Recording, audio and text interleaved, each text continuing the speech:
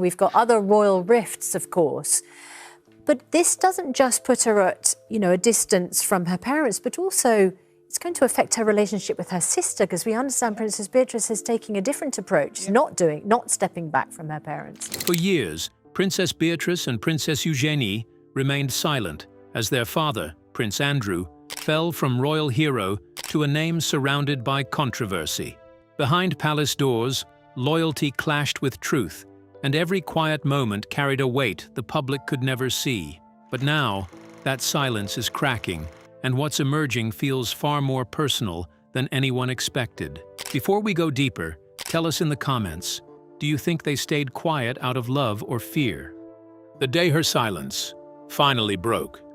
On October 30th, 2025, Princess Beatrice stood before the cameras, her face calm, her posture steady, but behind that carefully held composure, everything she had known was quietly collapsing.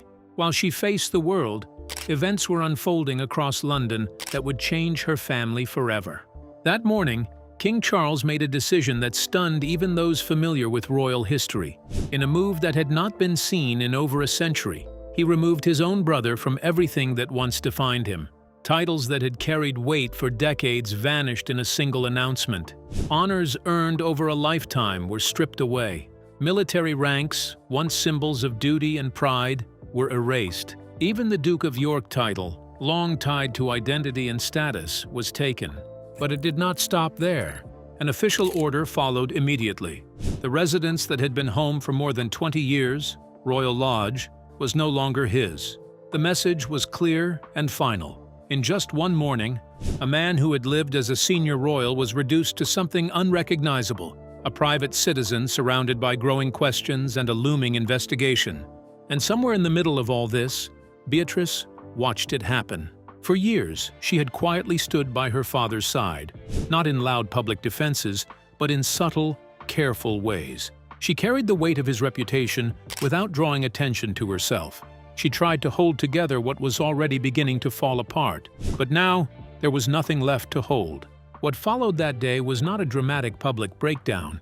It was something far more revealing and far more painful. Footage surfaced showing Beatrice and her younger sister Eugenie locked in what appeared to be a deeply urgent conversation. There were no microphones, no official statements, just two sisters speaking in hushed tones, their expressions tense, their words measured. Later, analysis of their exchange suggested something striking. Beatrice, it was believed, told her sister they had to stay united, that things were about to become even more difficult, that there was nothing they could do to stop what was already in motion. But one line stood out above all the others.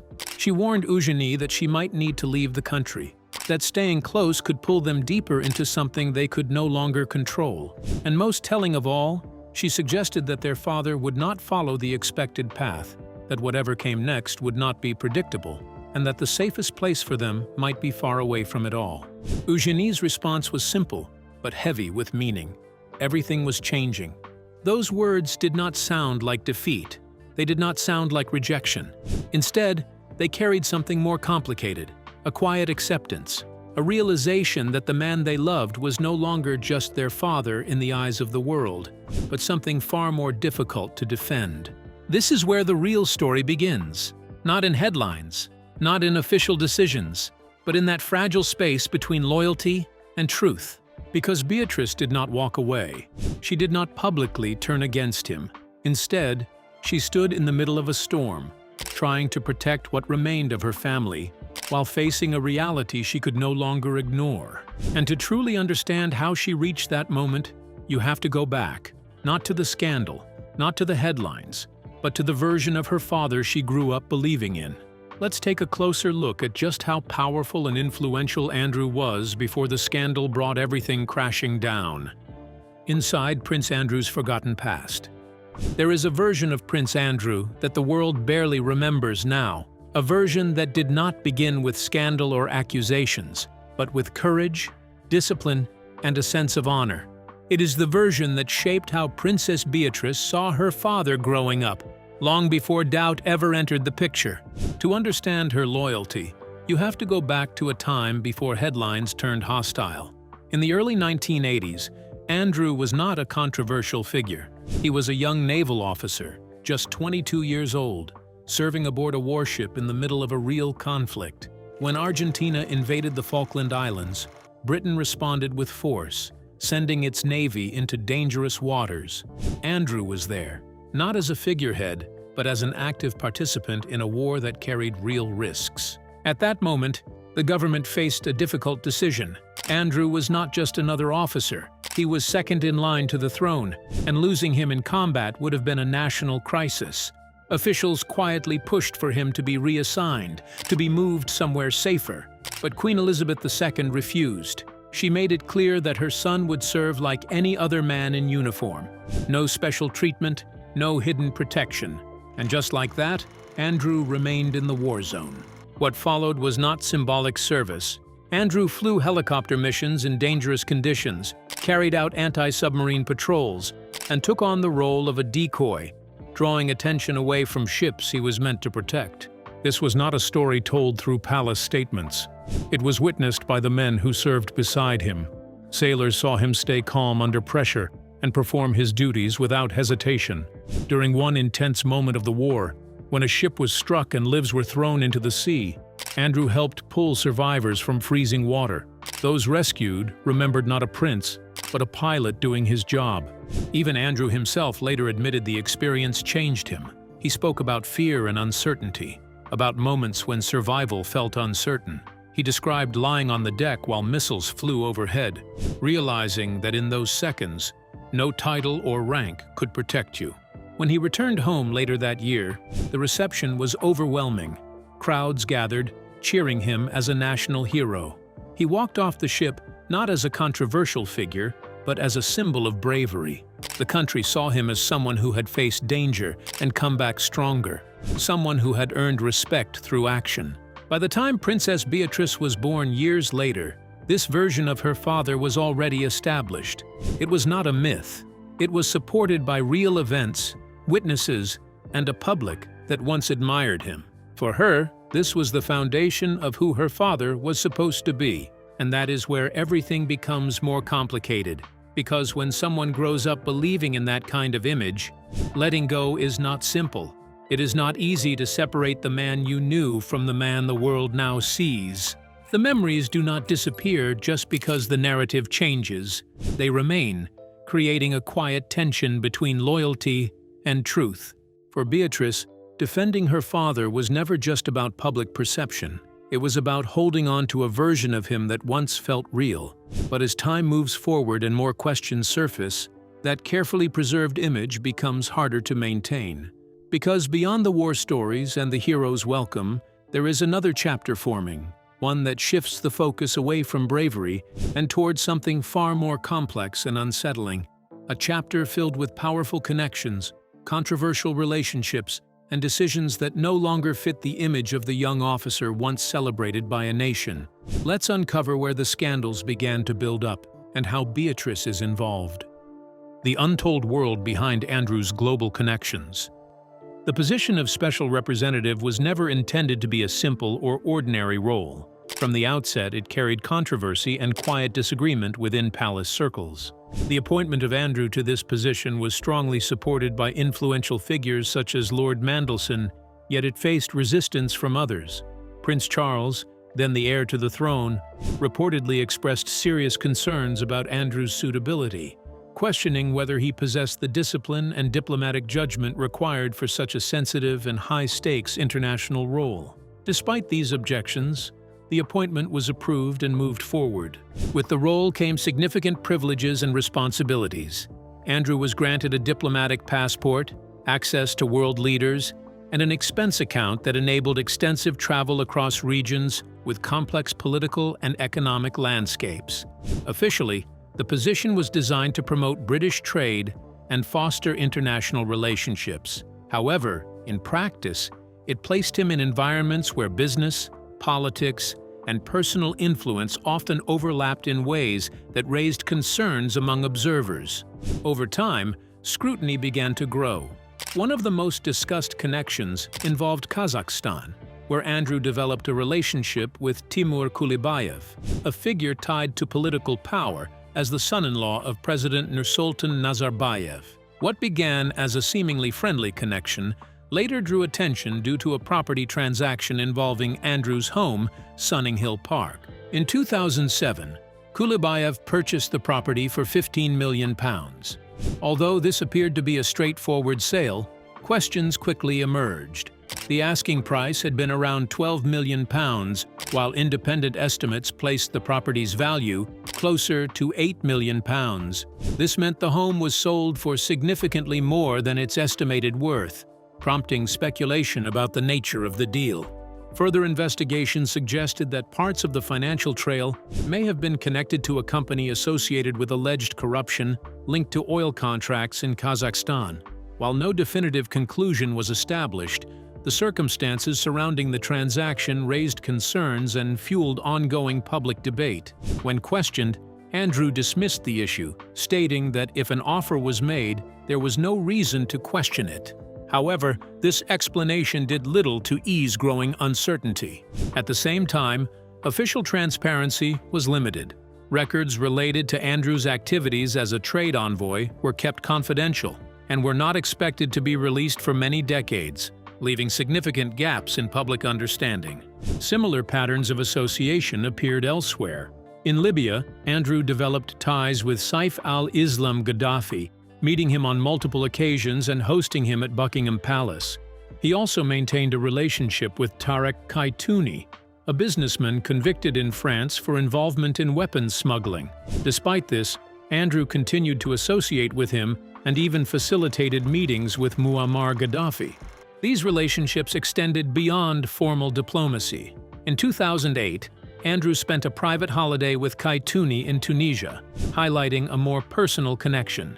The relationship also reached his family, as Kaitouni gave Princess Beatrice a diamond pendant valued at £18,000 and attended Princess Eugenie's wedding, indicating his close proximity to the royal circle. In Parliament, concerns about these relationships were raised publicly. Lawmakers questioned how a royal trade envoy could maintain ties with individuals connected to controversial regimes and criminal activity. Meanwhile, Andrew continued his global engagements. He met repeatedly with leaders such as President Ilham Aliyev of Azerbaijan and made official visits across multiple countries, including Bahrain, where human rights groups reported serious abuses. Despite this, he continued to praise certain governments, fueling debate about his role and judgment. His travel expenses also drew attention. In 1 year alone, his spending reached hundreds of thousands of pounds, earning him a nickname that followed him throughout his public life. Through all of this, Beatrice was growing up. From her teenage years into early adulthood, she watched her father navigate a world filled with power, diplomacy, and global connections. She saw him interact with leaders and move through places most people would never access. At the same time, some of the people connected to those environments entered her life directly. What once felt like ordinary gestures later took on a different meaning as more details emerged. At the time, there was no reason to question such moments. But with new information surfacing over the years, those same moments now carry a heavier weight. According to those close to the family, Beatrice has been quietly uncovering the truth. As she digs deeper, what once looked like simple connections begins to feel far more troubling. Questions about influence and judgment grow stronger with each discovery. But the most surprising part is how Beatrice's actions may have intensified Andrew's case, driven by a daughter's love. Stay tuned as we break down every detail. Beatrice's quiet role and its hidden consequences. In November 2019, one of the most important interviews in modern royal history was quietly taking shape behind the scenes. The BBC's Newsnight team had been working for months to secure a conversation with Prince Andrew, a man at the center of growing public attention and controversy. Producer Sam McAllister pushed relentlessly, trying to gain access while facing repeated resistance from the palace. For a long time, it seemed like the interview would never happen. Then, unexpectedly, the situation shifted in a way no one anticipated. 3 days before the cameras were set to roll, Princess Beatrice entered the picture, not as a scheduled guest, but as someone who felt compelled to be there. Her arrival was not requested, yet it changed the atmosphere in the room. She came because of her father. At that moment, Her intentions were clear. She believed that giving him a chance to speak directly to the public was the right decision.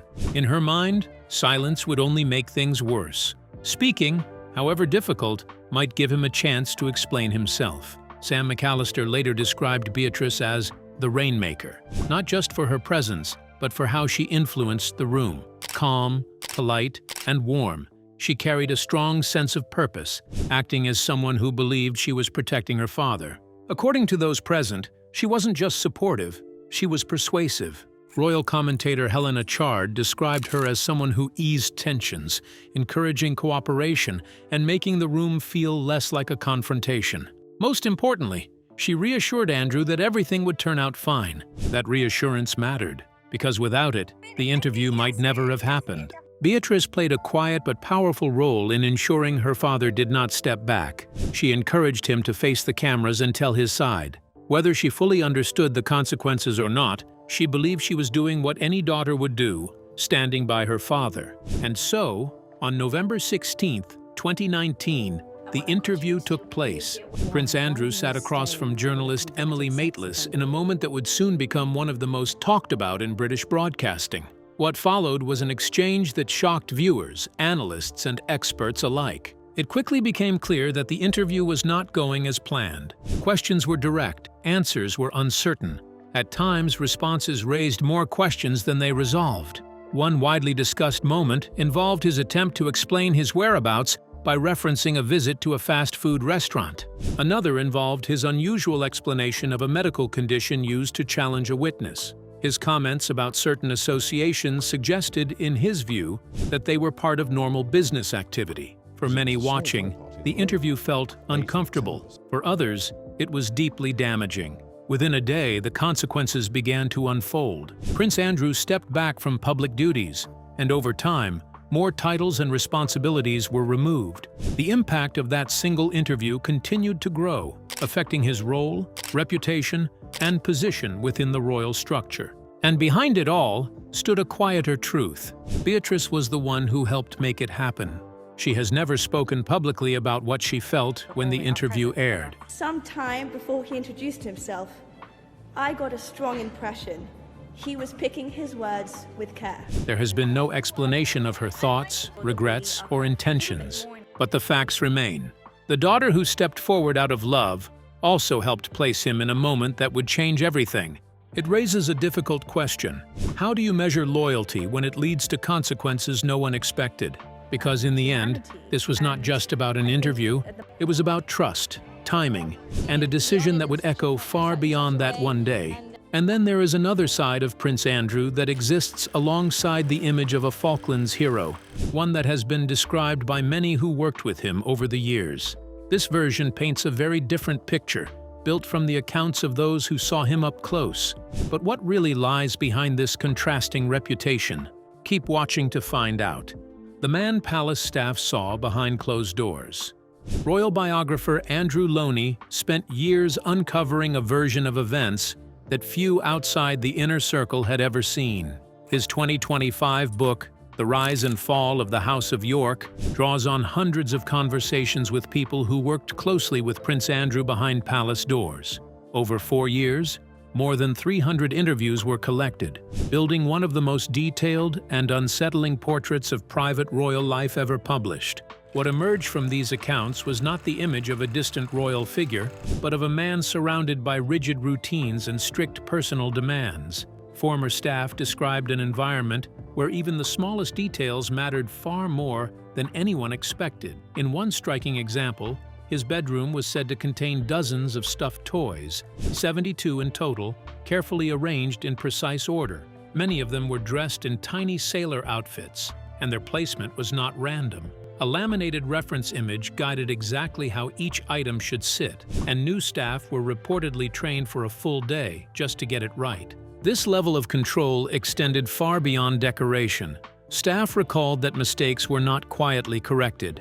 Instead, they could lead to sudden outbursts. Some employees described being dismissed for what seemed like minor issues. One for wearing the wrong type of tie, another for a physical feature that had nothing to do with performance. At one residence in Northern Ireland, a staff member reportedly received a blunt command after a small error: "Get out." Moments like these painted a picture of a workplace shaped by pressure, unpredictability, and a constant need to avoid missteps. Those who observed him more closely suggested that this behavior reflected a deeper mindset. According to former butler Paul Burrell, Prince Andrew believed himself to be untouchable, someone above ordinary consequences, and driven by strong personal desires. This belief, paired with his position, created a sense of confidence that extended into his public and professional roles. It was in his role as a trade envoy that more concerns began to surface. Diplomats who worked alongside him in regions like the Gulf states noted behavior that often clashed with official expectations. Instead of promoting British interests in a clear and consistent way, some accounts suggest he made decisions that confused or even undermined those goals. In one notable case, while visiting Bahrain, he was said to have advised against purchasing British-made aircraft, even though his role was to support such deals. Observers found this difficult to understand, and it raised questions about how decisions were being made. Further accounts came from leaked diplomatic documents that described his interactions in Central Asia. At a private gathering in Bishkek, he was reported to have spoken in a way that struck some as overly confident and dismissive. He criticized anti-corruption efforts and questioned journalists who were investigating sensitive matters. His comments gave the impression of someone who saw global affairs as a game of influence and competition, rather than a system built on transparency and accountability. Not everyone agreed with his approach. Some diplomats believed that his actions sent the wrong message to other countries, suggesting that Britain was willing to take shortcuts to secure deals. Instead of strengthening trust, these actions may have weakened it, creating confusion about the country's intentions on the world stage. The tension between his role and his behavior became a point of concern among those who worked behind the scenes. Yet despite all of this, there was someone quietly working to protect his image from within the family. Princess Beatrice became one of the most important figures in that effort. Without holding any official position, she took on a deeply personal role, trying to maintain the belief that her father could recover his reputation and rebuild his standing. Those close to the situation say her commitment went beyond duty. It was emotional, driven by loyalty and hope. She reportedly held on to the idea that things could improve, even as challenges continued to grow. But in trying to hold everything together, she may have found herself closer to the center of a story that was becoming increasingly difficult to control. Amid all of this, what could her unwavering loyalty cost her in the future? And most importantly, how does the monarchy truly see her now? Stay tuned. Beatrice loyalty and silence. In the months following Prince Andrew's formal removal of titles in October 2025, Princess Beatrice took an approach that surprised many observers. She continued to maintain a visible and supportive relationship with her father. In January 2026, she was photographed horseback riding with Andrew at Windsor Castle's home park, alongside her 4-year-old daughter, Sienna. The outing, lasting about 45 minutes, took place in a public area where cameras were expected, signaling a level of awareness that the images would be widely seen. Despite growing scrutiny, a source close to the family confirmed that Beatrice had not distanced herself from Andrew, noting that she had seen him multiple times and remained supportive. This was further highlighted during the christening of her second daughter, Athena, in December 2025, where Andrew was present as a grandfather. Although he was excluded from official photographs, his presence underscored the continued family bond even as his public reputation declined. Royal commentators have noted the delicate position Beatrice occupies. Public appearances with Andrew are now seen as carrying risk, not due to wrongdoing, but because association alone can influence public perception. Experts suggest that every visible moment becomes a statement, whether intentional or not. At the same time, emotional perspectives highlight the difficulty she faces, balancing personal loyalty with the weight of public judgment and her father's situation. The broader royal institution has also been affected. Prince William reportedly pushed for Andrew's removal from royal association years earlier, expressing frustration that the response was too slow. King Charles eventually acted, but only in 2025, after a long period of hesitation. Analysts believe this delay was influenced by Charles's reluctance to take harsh action against his brother, and by the legacy of Queen Elizabeth's protective approach toward Andrew during her lifetime. Following the Queen's passing, that protective influence ended, and the consequences of Andrew's controversies intensified. His removal from royal duties and titles marked a turning point, but the ripple effects continue to shape the family and public perception of the monarchy. Observers have closely studied Beatrice's demeanor during this period. At public engagements, her expressions have been described as controlled, sometimes appearing forced or tense. Experts suggest this reflects emotional strain, resilience, and the challenge of maintaining composure under intense scrutiny. Meanwhile, the monarchy itself faces ongoing criticism, with commentators urging King Charles to address the situation more directly. The scandal surrounding Andrew is seen as a persistent issue that continues to affect the institution's reputation. Some analysts believe the York branch of the royal family has lost its future relevance within the monarchy. Despite all of this, Beatrice has continued to build an independent life. She works in technology and climate finance, speaks at global forums such as the World Economic Forum, and runs her own business. She also supports charitable causes, particularly in areas connected to her personal experiences, including dyslexia awareness. Alongside her professional achievements, she maintains a stable family life with her husband and children.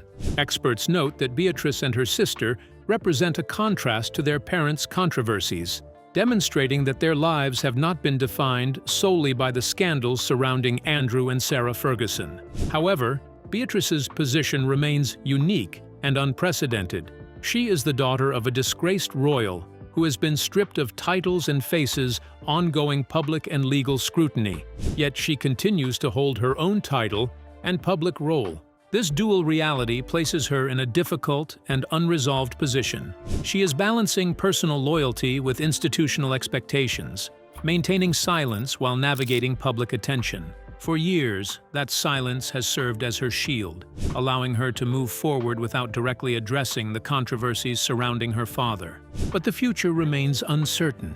The question now is whether that silence can continue indefinitely, or whether circumstances will eventually force her to speak out. As the story continues to evolve, Beatrice remains at its center, carrying both her personal life and the weight of a royal legacy still unfolding. So, what is your take on Beatrice's support for her father amid the scandals? We would love to hear your thoughts in the comments. Don't forget to like and subscribe,